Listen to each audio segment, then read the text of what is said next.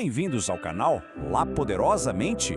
O versículo de hoje é Isaías, capítulo 43, dos versículos 14 ao 21. Assim diz o Senhor, o seu Redentor, o Santo de Israel. Por amor de vocês mandarei inimigos contra a Babilônia, e farei todos os babilônios descerem como fugitivos nos navios de que se orgulhavam. Eu sou o Senhor, o Santo de vocês, o Criador de Israel e o seu Rei.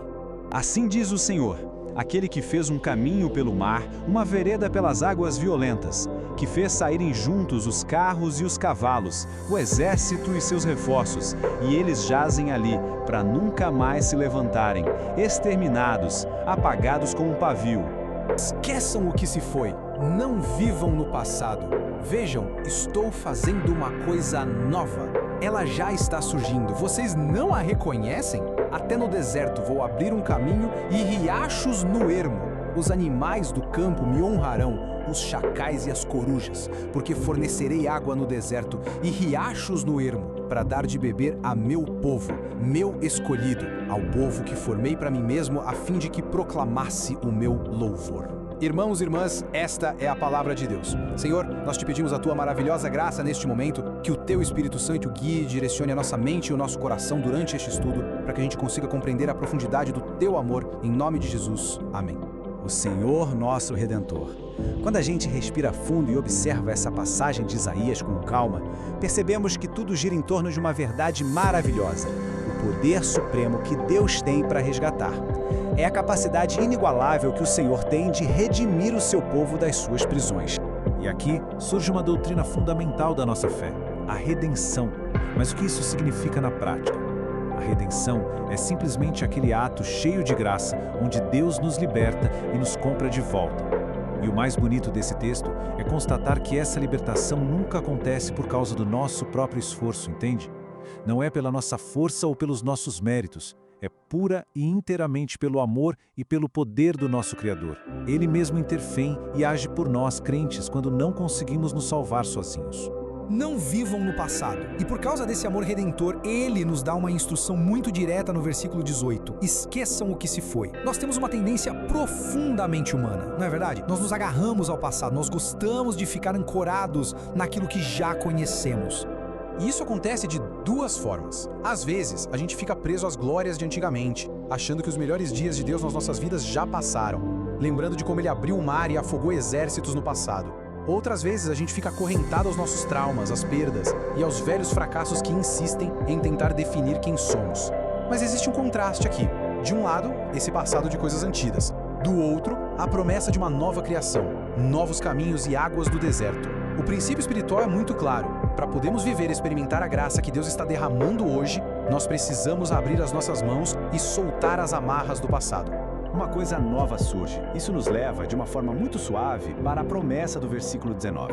Quando a gente finalmente abandona esse peso do passado, os nossos olhos se abrem para a esperança. Deus mesmo diz: vejam, estou fazendo uma coisa nova.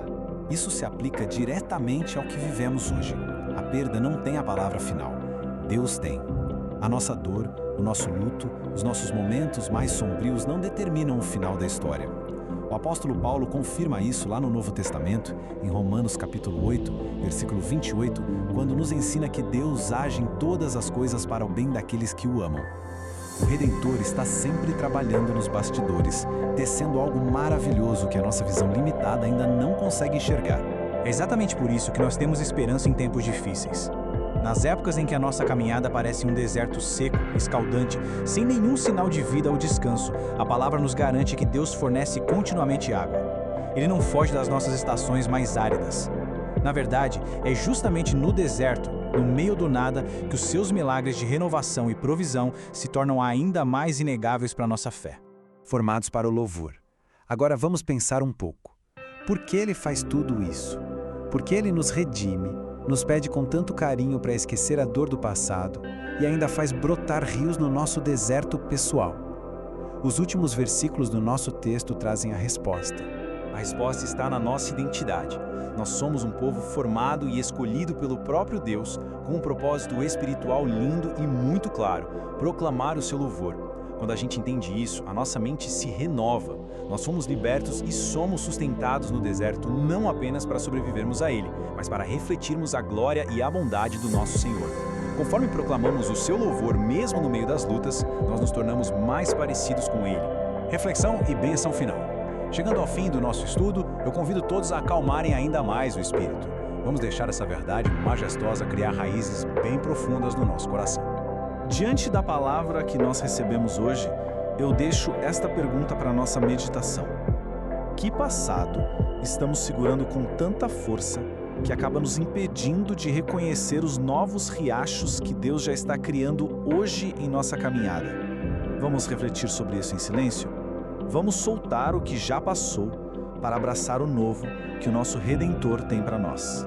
Com o coração transbordando de gratidão pela vida que o Senhor nos concede e por esse tempo precioso de aprendizado juntos, nós encerramos o nosso estudo.